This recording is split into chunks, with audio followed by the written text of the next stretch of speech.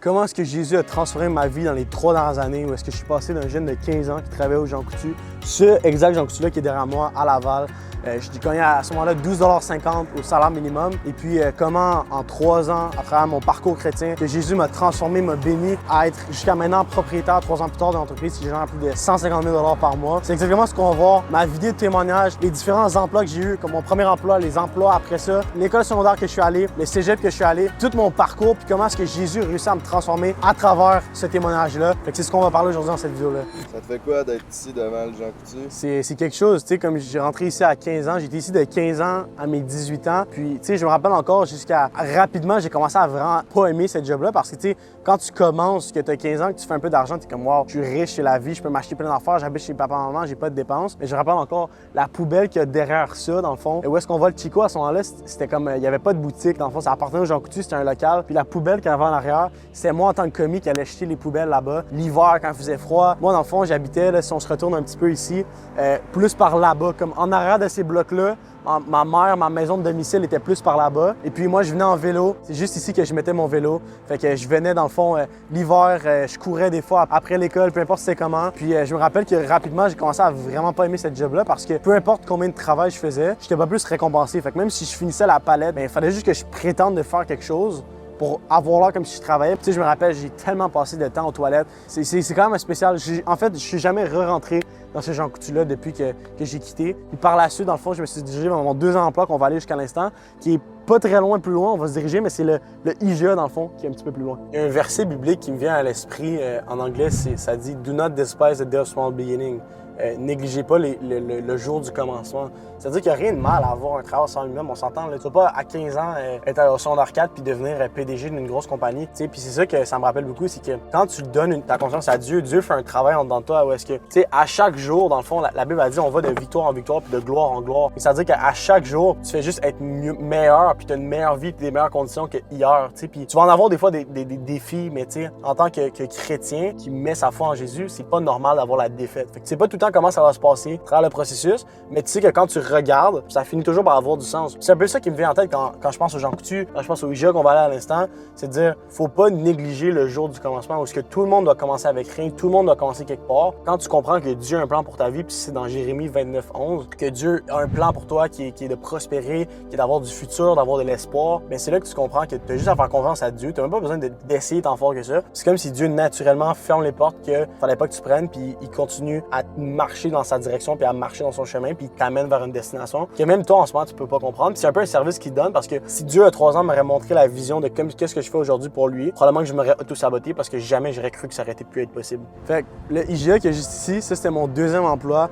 C'était en plein pendant la pandémie de la COVID, fait qu'on portait des masques puis tout ça au travail. Puis à ce moment-là, c'est vraiment là que je me mets à comprendre que c'est cool de faire de l'argent. Tu sais, à ce moment-là, je pense que j'ai comme 18 ans. Je pense que j'ai l'équivalent de pas loin de genre 20 000 $ dans mon compte de banque parce que veux pas, quand t'habites chez tes parents, t'as pas beaucoup de dépenses, fait que l'argent s'accumule rapidement.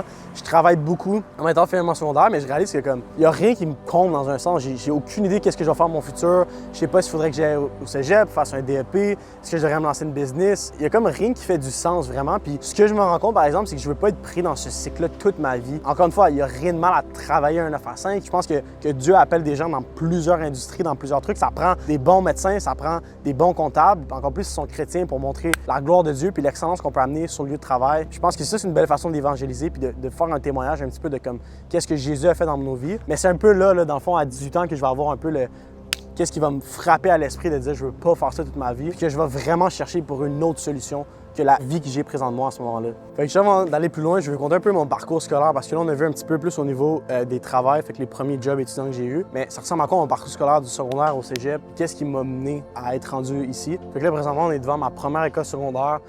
Je dis première parce que dans le fond, comment ça fonctionne avec nos secondaires? Dans le fond, ça, c'est l'école Polyjeunesse à Laval, fait que c'est secondaire 1 et 2. Puis à ce moment-là, ici, j'étais un peu en anglais, on dit un troublemaker, mais un peu un fouteur de troubles. Genre, je me battais tout le temps.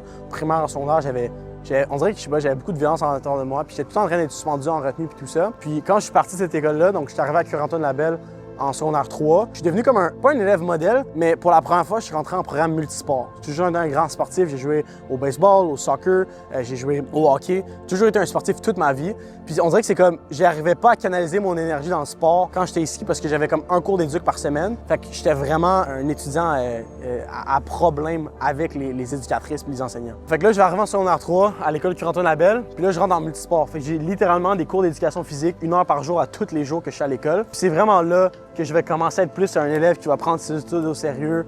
J'ai toujours été super bon à l'école, j'ai eu de la facilité, mais j'ai jamais vraiment fait d'efforts. Jusqu'à passer mon secondaire 5 même, j'étudiais littéralement jamais. Puis j'étais capable de quand même bien réussir. J'avais tout le temps des notes dans les 75, 80, 85, maths fortes, tout le kit. Puis en secondaire 5, c'est le fameux moment où est-ce qu'il faut que tu choisisses qu'est-ce que tu veux faire dans la vie ou est-ce que tu vas aller au cégep. Moi, je me dis, écoute, moi, mon but, c'est d'être agent de joueur du Canadien de Montréal. Fait que je vais aller en droit, puis je me disais que c'était une bonne truc. Fait que là, je me dis, good, je vais m'inscrire au collège UNSIC en technique juridique. Tant qu'à aller faire un 2 ans au cégep à rien faire, puis ensuite ça au cégep, à l'université, je vais faire un 3 ans, comme ça, au moins, je vais pouvoir travailler comme technicien juridique. Puis je vais déjà apprendre un petit peu c'est quoi un avocat avant d'aller à l'université. Puis là, je me rends compte rapidement que c'est vraiment pas ce que je pensais, que c'est beaucoup de théorie, mais pas beaucoup de pratique. À ce moment-là, c'est là que je suis complètement perdu parce que je me dis, OK, good, j'ai fini mon secondaire. Premièrement, j'arrive au cégep, je tombe, je me frappe la face sur un mur parce que là, tout d'un coup, mes notes baissent, j'ai besoin de plus travailler. Puis on dirait qu'il y a comme rien qui fonctionnait. Puis à ce moment-là, je travaillais encore. Qu'est-ce qui était au niveau Jean Coutu, IGA, on dirait que je variais un petit peu les emplois. Puis je vais passer, dans le fond, première session de cégep, je finis en TIC, je commence avec 8 cours, je finis à peu près avec comme 3-4 cours sur 8. Puis ensuite de ça, je vais m'en aller en tremplin d'aigle, dans le fond, au collège Montmorency, pas super loin d'ici au cégep. Puis là, je vais m'en aller en gestion de commerce. Je me dis, good, je vais être un business owner, je vais être un entrepreneur en gestion de commerce, c'est ce qu'il faut faire. Probablement, la majorité des gens qui écoutent la vidéo, qui ont été en gestion de commerce ou qui ont voulu se lancer une business, vous avez peut-être déjà été dans ce programme-là, puis vous allez réaliser rapidement que c'était vraiment pas ce que vous pensiez. C'était pas tant pour devenir entrepreneur, mais plus pour devenir gérant d'une épicerie ou d'une pharmacie. Fait que là, déjà que je travaillais au IGA puis au Jean Coutu, c'est pas vrai que j'allais devenir gérant là, puis que les 40 prochaines années de ma vie allaient être passées à écouter du Marimé dans le magasin. Fait que là, deuxième session, là, quand je suis en gestion de commerce, justement, je commence à 6 ou 7 cours, je finis à 2 cours. Puis pour vous donner une idée, sur les 2 cours, il y avait un cours obligatoire, puis un cours qui s'est hockey sur glace. Fait que ça vous donne une idée un peu de mon parcours étudiant. Puis c'est là que je vais me dire, je veux arrêter cégep, genre je veux faire d'autres choses. Je sais pas encore qu'est-ce que je vais faire à ce moment-là. Je regarde un petit peu le e-commerce, le dropshipping.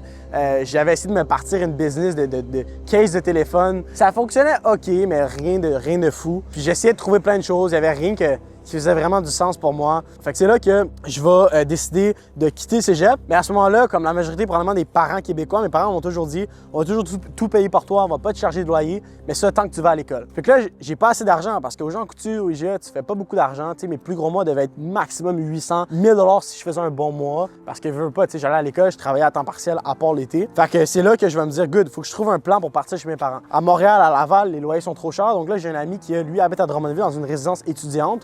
Et puis, il cherche un coloc. Fait que pour 300 $ par mois, dans le fond, ça serait, je pense que c'est 600-650 $ de loyer. On se séparerait tout. Fait que pour 300 $ par mois, je pourrais avoir mon propre loyer. Fait que je suis comme, OK, good, je l'ai fait. Je m'inscris au cégep de Drummondville. Donc en septembre 2022, je vais rentrer au cégep de Drummondville, dans le fond. Je continue mon programme de gestion de commerce. Puis là, je rentre dans un cours qui parle de marketing. Puis là, on parle des cartes d'affaires. Là, déjà là, en ce moment-là, en 2022, ça fait 3 ans de ça, je savais déjà que les réseaux sociaux, c'était le futur. J'avais fait quelques petites vidéos YouTube ici et là, puis je m'aventurais un peu avec les réseaux sociaux. Je lève en main, puis je dis, madame, quand est-ce qu'on parle pas de carte d'affaires, mais on va parler de réseaux sociaux? Elle dit, malheureusement, monsieur, les réseaux sociaux sont pas au programme. À ce moment-là, je vous niaise même pas, guys. J'ai pris mes choses, mon ordi, puis mes cahiers, puis je suis parti. Je suis retourné dans ma résidence étudiante qui était en face du cégep, puis je suis juste jamais retourné au cégep après ça. Fait que là, on se trouve qu'on est en septembre. À ce moment-là, je suis à Drummondville. Fait que le switch que j'ai fait, c'est que j'ai quitté le IGA qui était de Laval, puis je suis retourné au Jean Coutu, mais cette fois-ci à Drummondville. Fait que je vais dans qu'est-ce que je connais, mon expérience. Et à ce moment-là, j'ai ça, mais j'ai ça parce que à la deuxième semaine de septembre, je tombe de temps partiel de dire je suis une job étudiante à là, ça devient ma réalité, ça devient ma job temps plein de travailler au Jean Coutu. Je pense que ça minimum à ce moment-là, il est peut-être 14 $, 25 $. Je travaille à temps plein. Faire le calcul ensemble, là, 35 heures fois 14 et 25 $, 498 $ par semaine. Ça, c'est 2000 $ brut là, avant impôt. Fait qu'on s'entend qu'avec 2000 $ par mois, même en 2022, tu fais pas grand-chose. Fait que là, je me dis, aïe, je vais-tu me ramasser comme le genre de personne qui travaille au McDonald's toute sa vie? Puis j'étais comme, je veux pas ça. Puis ça me hantait littéralement. Genre, j'aimais tellement pas ça rentrer le matin au Jean Coutu. J'avais littéralement envie de me gonner puis de me tirer une balle. À ce moment-là, je suis pas encore chrétien. J'ai pas encore découvert Jésus. Je suis pas un croyant en rien. J'ai pas grandi dans ce background-là non plus. Puis c'est là, dans le fond, que je vais trouver un programme de montage sur Internet en ligne. Là. Je vais commencer à suivre la formation. Je niaise pas, je pense que quand j'ai rejoint la formation, il me restait 50 $ dans mon mon compte de banque. Il fallait que je paye mon loyer dans comme 3-4 jours. Évidemment, c'était pas un gros loyer, c'est simplement 300 $, mais pareil, à ce moment-là, je faisais pas beaucoup d'argent. Puis c'est ça, je vais rejoindre ce programme de montage-là, je vais commencer à apprendre, ça va prendre environ 3 mois. Puis si on fast-forward un petit peu, la fin novembre, début décembre 2022, je vais me faire placer par cette entreprise de montage-là dans une agence, je vais devenir monteur vidéo. Puis un mois plus tard, donc en janvier 2023, je vais quitter le Jean Coutu pour vivre du montage vidéo à temps plein. Puis c'est là que mon parcours en entrepreneuriat va débuter. À ce moment-là, dans le fond, là, je vais avoir 18 ans très bientôt. Puis même si je suis à Drummondville, je reviens souvent l'été pour pouvoir voir mes amis et les choses comme ça. Puis dans le fond, le bar qu'on voit juste là-bas, dans le fond, fait que le bar salon qui est sur Dagenais, c'est le seul bar que je suis rentré dans toute ma vie. J'ai quand même eu la chance de me faire sauver tôt dans mon parcours. Est-ce que Jésus il m'a comme repris de ça ou est-ce que je suis pas tombé dans l'alcool ou des choses comme ça ou de vraiment clubber comme on dit. C'est le seul bar où je suis allé dans ma vie. Puis en fait, de 18 ans, j'avais essayé de comme rentrer dans un bar de danseuse. Puis à ce moment-là, plus tard, on dirait que quand je repense à l'histoire, j'aime ça que c'est comme si Dieu m'avait protégé. À ma fête de 18 ans, je sors au casino de Montréal. Puis on arrive pour aller à un bar de danseuse. Puis il y a deux gars qui nous disent hey, les gars, c'est votre première fois. Premièrement parce qu'on avait l'air jeune, puis qu'on est comme ouais. Puis il dit ouais, ben dans le fond, je vous conseille vraiment pas d'aller là. Les filles sont vraiment dégueulasses. Puis à ce moment-là, j'étais comme ok, good. Fait qu'on n'est pas allé. Fait qu'en ce moment, c'est drôle, mais c'est un petit peu comme si genre Dieu d'une certaine manière, quand je repense à ça, nous avait protégés dans un sens. Finalement, j'étais allé à ce bar-là, j'ai même pas bu, on a juste joué au billard. Mais c'est le seul bar que j'ai été dans ma vie à ce moment-là parce que j'ai eu la chance de me faire sauver puis de donner ma vie au Seigneur à seulement 18 ans. Fait que là, à ce moment-là, comme j'en parlais, je continue à être monteur vidéo dans le fond. Fait que ça va faire maintenant 3, 4, 5 mois que je suis monteur. Je fais environ peut-être genre 800 à 900 $ par semaine. Je pense que mon plus gros mois à ce moment-là, je vais peut-être faire un genre de peut-être 1000 $ dans une semaine, peut-être un genre de 4000, 4500 $ par mois dans mes plus gros mois. Mais à ce moment-là, c'est quand même gros là, tu sais, je vous rappelle, j'ai 18 ans à ce moment-là, je viens d'avoir 18 ans. La majorité de mes amis sont au cégep. Fait que de faire ce genre de revenu-là à cet âge-là, c'est quand même gros. Mais à ce moment-là, je me mets à avoir vraiment un vide. Je suis dans une relation à ce moment-là à Drummondville. Je me mets à être obsédé complètement par, tu sais, je pouvais coucher avec mon ex jusqu'à peut-être 6 fois par jour des fois. Puis j'avais de la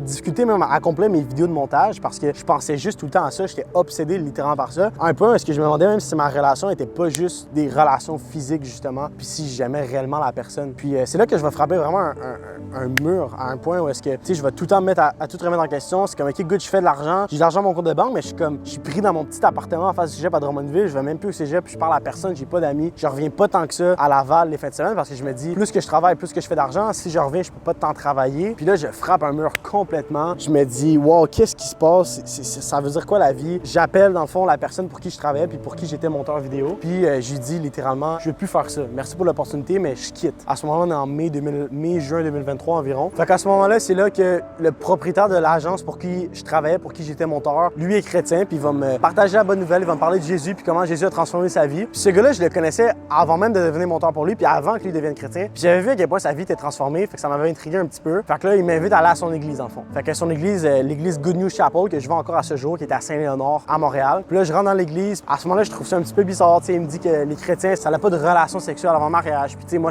évidemment, je suis pas cette règle-là avec ma copine, fait que je trouve ça un petit peu bizarre. J'ai trouvé ça intéressant. Puis là, il va m'acheter une Bible. Je vais commencer, tu sais, dans le fond, je vais donner ma vie à Jésus, puis je vais commencer à fréquenter l'église un petit peu plus de loin. Là, je suis vraiment en ligne parce qu'à ce moment-là, j'habite encore à Drummondville. Là, c'est là que tout se met à aller mal dans ma relation. J'ai plein de chicanes, ma relation est sur le bord de finir. Puis Dieu va faire un parcours super naturel où est-ce que je vais quitter cette relation-là, je vais revenir à Laval. Puis ça, on est rendu ça au mois de juillet 2023. Cette bibliothèque-là, fun fact, c'est là que je passais littéralement 8 à 10 heures par jour quand je suis revenu en juillet 2023. Parce qu'à ce moment-là, je suis plus en appart, je retourne vivre chez mon père. Puis à ce moment-là, il y a comme un ou 2 mois dans le fond que je vais transitionner. Donc, je vais passer de monteur pour une agence à aller pour une autre agence. Puis je vais comme pas avoir trop de revenus. Fait que mes liquidités se sont mis à sec rapidement avec le loyer que je continue à payer là-bas à Drummondville, même si j'avais déménagé. Là, à ce moment-là, je suis plus en relation. Je passe la majorité de mes journées ici à faire du montage. Là, rapidement, là, je vais passer de monteur, chef monteur, à stratège de contenu, à directeur des opérations. Puis là, à la fin de l'été 2023, je suis rendu, je fais du 6 à 7 000 $ par mois. Puis ça, c'est vraiment une bonne évolution parce que c'est littéralement Dieu qui m'a super naturellement promu vers cette position-là, vers ce nouveau emploi-là que j'avais. Parce qu'à seulement 19 ans à ce moment-là, ben, je me ramasse que je suis justement à ma charge, j'ai 11 personnes. Je fais passer cette agence-là de 18 000 $ à 67 000 $ de revenus mensuels. Puis à ce moment-là, j'étais payé environ 10 % de redevances puis de commissions sur les revenus. Fait que je me ramasse à faire un salaire d'environ 6 700 $ par mois. Puis ça va super bien, mais là, malheureusement, je me ramasse dans une chicane avec le propriétaire de l'entreprise pour laquelle je travaillais. Puis c'est là qu'on va se séparer, puis que mon entreprise, mon agence Troy Media va prendre le jour puis va venir à naître en novembre 2023. Quand tu dis que tu as donné ta vie à Jésus, là, ouais. C'est quoi que t'as ressenti comme... C'est une paix. C'est une paix immédiate qui est venue sur moi. Parce qu'à ce moment-là, tu sais, j'en parlais tantôt, mais j'étais tellement stressé de tout, genre. Parce que même si à ce moment-là, je faisais de l'argent, j'avais l'impression que je commençais à trouver qu'est-ce qu'il fallait que je fasse pour ma vie, mais c'est là qu'on comprend qu'il y a comme un vide qui est formé en forme de croix dans notre cœur, où est-ce que c'est la place que Jésus devrait avoir dans notre vie. Puis à ce moment-là, je le réalise pas parce que je suis pas chrétien, puis je connais pas toutes ces informations-là, mais c'est la paix qui est venue dans moi, parce que j'ai arrêté de stresser, j'ai arrêté d'avoir des crises de panique, d'avoir de l'anxiété. Puis j'étais pas une personne à la base qui était stressée, mais tout d'un coup, je me suis mis à être super stressé tout le temps, puis je savais pas pourquoi. Fait que je dirais, quand j'ai donné ma vie à Jésus, la plus grosse chose que j'ai changé, c'est qu'immédiatement, après avoir appelé Raph pour lui dire que j'allais abandonner, puis j'étais en train de pleurer au téléphone pendant 25 minutes, puis je comprenais pas parce qu'il y avait juste tellement de pression sur moi, toute cette pression-là, elle est juste partie. Puis c'est ça, c'est cette paix-là intérieure qui est venue quand j'ai accepté Jésus dans ma vie. Puis quand t'avais commencé à regarder des vidéos là, de self-développement, puis comme de Andrew Tate, puis des affaires de même, c'est quoi la différence entre ça, qui t'ouvrait un peu les yeux, puis quand t'es venu à Jésus? Mais moi, c'est un petit peu Andrew Tate qui m'a ouvert les yeux. Là. Moi, j'écoutais Andrew Tate 6 à 7 heures par jour. Je me rappelle encore, il avait sorti un podcast avec Patrick B. David qui durait, je pense, 5 ou 6 heures. Puis je pense que je l'ai écouté au complet au moins 3 fois. Fait que moi, Andrew Tate, à ce moment-là, pas que c'était mon dieu, là, mais je pense que j'avais un fond d'écran d'Andrew Tate. J'étais vraiment là. J'étais après lui. Mais c'est lui, il arrêtait pas de parler des forces, des élites, des choses comme ça. Puis c'est lui un peu qui m'a fait réaliser, puis ouvrir les yeux sur le fait qu'il y a comme d'autres forces dans ce monde, puis des forces qui sont pas plus comme noires ou qui sont pas super positives. Puis c'est un peu ça. Je me suis dit, OK, ben good, s'il y a autant de problèmes, puis qu'ils parlent de ça, des élites, puis des gens qui sont contre nous, mais c'est qui est pour nous? Parce que j'ai l'impression que quand il y a un côté négatif, il y a toujours une force opposée égale qui est positive. Puis c'est là que genre, je me suis tourné vers, c'est quoi la solution? Genre, c'est sûr qu'il doit y avoir une vérité. Genre. Jésus en parle dans la Bible, ça dit Jésus, le seul chemin et la vérité, puis le seul chemin vers le paradis. Puis c'est un peu ça, dans le fond, que ça m'a ouvert les yeux dans un sens. Puis aujourd'hui, t'es nouvellement en couple, t'envisages de te marier. Ouais. C'est quoi la différence avec ta relation d'avant? Ben, je te dirais, probablement, j'ai pas de relation sexuelle avant le mariage. Ça fait plus qu'un an maintenant qu'on est ensemble, puis jamais j'ai eu de relation sexuelle avec elle. Puis là, les gens vont penser que c'est absolument fou. Puis c'est normal, parce que c'est ce à quoi t'es habitué. Puis même moi, là, la première fois que mon ami m'avait dit « Hey, les chrétiens, ils attendent de se marier avant d'avoir une relation sexuelle », je comprenais pas. Puis ça faisait aucun sens pour moi, parce que c'était ce à quoi j'étais habitué. Mais c'est quand tu commences à comprendre, que tu lis la Bible, que tu comprends, Dieu fait pas ça pour te mettre des limites sur toi, mais il fait ça pour te protéger. Ça, c'est la principale différence. Mais aussi, c'est quand t'as des conflits, des choses comme ça, ben, tu peux pas utiliser ça comme genre de pansement. T'as pas le choix d'avoir des conversations. Puis tu te mets à ce que tu connais la personne tellement bien. Genre, honnêtement, là, puis moi, je trouve ça triste parce qu'on dirait que les gens maintenant veulent plus se marier, mais pourquoi on commencerait pas une business sans contrat? Genre, t'as deux partenaires qui lancent une business, ils vont signer un contrat, ils vont mettre des choses sur papier. Mais un mariage qui est littéralement toute ta vie, là, tu vis avec la personne, t'es tout le temps avec elle, tu penses avec elle, t'as des enfants avec elle, t'es encore plus impliqué que dans une relation de business. Mais ça, on signerait pas de contrat, tu sais. Fait que je dirais que c'est ça la plus grosse différence entre ma relation d'avant et ma relation de maintenant. C'est l'impression que maintenant, probablement, je connais vraiment mieux ma partenaire, puis on dirait que je l'aime plus pour qui elle est, plus pour que, comme, qu'est-ce son corps ou qu'est-ce qu'elle projette, dans le fond.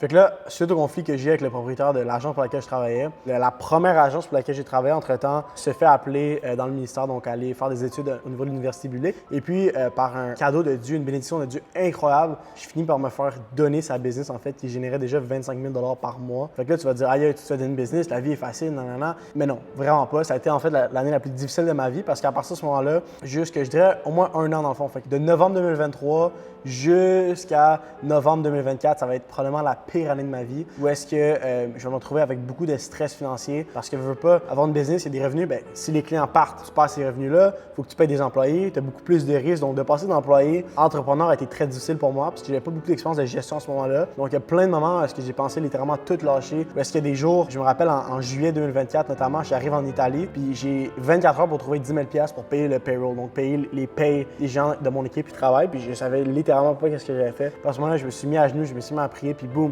super naturellement, Dieu m'a aidé à trouver une solution. Il y a quelqu'un qui est arrivé de nulle part. Puis ça a été beaucoup ça. J'ai beaucoup l'histoire de Job, dans le fond, dans la Bible, qui me vient en tête quand je pense à mon année 2024. Pourquoi? Parce que Job, si on lit le passage dans la Bible, sa famille, ses amis, sa femme vont lui dire de juste maudire Dieu, puis de dire va-t'en, arrête d'être loyal à lui. Il fait juste te donner des malédictions en ce moment. Puis c'est comme non, genre, je vais toujours rester fidèle à mon Dieu. Puis on le voit vers la fin de l'histoire, tout ce que Job avait perdu, il s'est fait redonner vraiment plus. Puis moi, c'est un petit peu ça qui s'est passé parce qu'après mon année vraiment difficile en 2024, mais là, depuis 2025, en fond, j'ai commencé mon année où est-ce que j'ai eu la chance de cash out, donc de vendre une partie de mon agence, dans le fond, à un partenaire. Non seulement j'ai été chercher un montant dans les 6 chiffres pour la vente, ça, là, plus ou moins 150 000 $. Puis ensuite de ça, j'ai réussi à tripler ma liste de clients avec ce partenaire-là. Puis aujourd'hui, ben, tu sais, je travaille environ 3 jours semaine. La vie va vraiment bien. J'ai le temps d'investir justement du temps à mon église, de servir justement. Puis on n'a jamais fait autant d'argent. Puis tout ça, c'est vraiment 100% par l'entremise de Dieu, puis par la grâce de Dieu. Puis c'est pour ça que je disais que dans mon témoignage, je trouve qu'il y a beaucoup de similarités avec l'histoire de Job parce que durant toutes ces années-là, même si c'était vraiment difficile, j'ai pleuré, j'ai voulu abandonner, mais j'ai jamais abandonné parce que je savais que Dieu avait un plan pour moi. Puis que d'une quelconque façon, autant qu'il y avait des défis à ce moment-là, avec Dieu, on va toujours avoir la victoire. C'est garanti, c'est écrit dans les Écritures. Puis ça, j'ai toujours été loyal à Dieu, puis il m'a récompensé pour ça depuis le début de l'année 2025. Puis un autre exemple de à quel point Dieu est bon, puis la bénédiction qu'il y a eu dans ma vie, je vais faire dans le fond une deuxième acquisition d'entreprise au courant de l'année. Ça, c'était en avril 2024. Et puis à ce moment-là, je rachète aussi le partenaire qui m'avait aidé à reprendre la business de mon agence 3 Média. Puis là, ça se fait que j'ai plein de paiements à faire, j'ai des employés à payer, j'ai une diminution des revenus, puis je me mets à complètement perdre la tête. Jusqu'à un certain point, à un certain moment donné, j'avais plus que 140 000 $ à rembourser dans la même année. Donc une dette sur papier théoriquement de 140 000 $ avec mon entreprise. Puis je capotais, j'avais aucune idée comment j'allais faire ça. Puis super naturellement, dans la même année, j'ai jamais payé d'intérêt, j'ai jamais manqué un paiement. Puis ça a été super naturellement repayé. Parce qu'à la fin de l'année 2024, j'avais littéralement 0 $ sur cette dette-là de mon entreprise. Puis ça, c'est un autre témoignage à quel point Dieu est bon, puis qu'il trouve toujours une façon de te bénir. Puis là, le but de cette vidéo-là, c'était pas d'essayer de vendre absolument rien. J'ai rien à te vendre dans cette vidéo-là. Mon but, c'était juste de te partager à quel point Jésus est bon, puis à quel point il a changé ma vie. Puis je sais qu'en ce moment, on est en train de voir un certain réveil au Québec, parce que la mentalité québécoise, c'est beaucoup d'associer Jésus avec l'Église catholique, avec toutes les atrocités qui se sont passées. Moi, ce que je veux dire aujourd'hui, c'est que c'est pas à propos de chercher une religion, une nouvelle religion, c'est d'avoir une relation avec ton Seigneur et Sauveur personnel, Jésus. Puis ce que j'aimerais t'inviter à faire, en fait, c'est je vais t'inviter à prier, puis à te montrer un petit peu comment tu peux prier, puis accepter. Quand je dis j'ai donné ma vie à Jésus, que tu acceptes Jésus dans ton cœur comme Sauveur et Seigneur, puis que tu as un cœur qui va venir à se repentir. Et c'est ça que je veux faire avec la fin de cette vidéo-là, puis mon témoignage. Je suis allé très rapidement aujourd'hui, il y en a tellement plus à compter, mais c'était juste pour vous montrer à quel point Dieu est bon, à quel point il existe réellement, puis il change encore des vies aujourd'hui en 2025. Fait que si tu veux accepter Jésus dans ton cœur comme Sauveur et Seigneur, tu as juste à répéter après moi la prière. Seigneur Jésus, je reconnais que j'ai besoin de toi. Je reconnais que j'ai péché et que je me suis éloigné de toi. Puis je te demande pardon. Je crois que tu es mort sur la croix pour moi, pour me sauver, pour me donner une vie nouvelle. Et aujourd'hui, je choisis de te faire confiance et de te recevoir comme Seigneur et Sauveur de ma vie.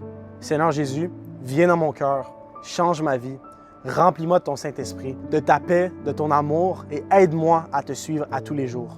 Je te donne ma vie aujourd'hui, Seigneur, et à partir d'aujourd'hui, je ne veux plus marcher seul. Merci pour ton pardon, pour ta grâce, mais surtout pour la vie éternelle.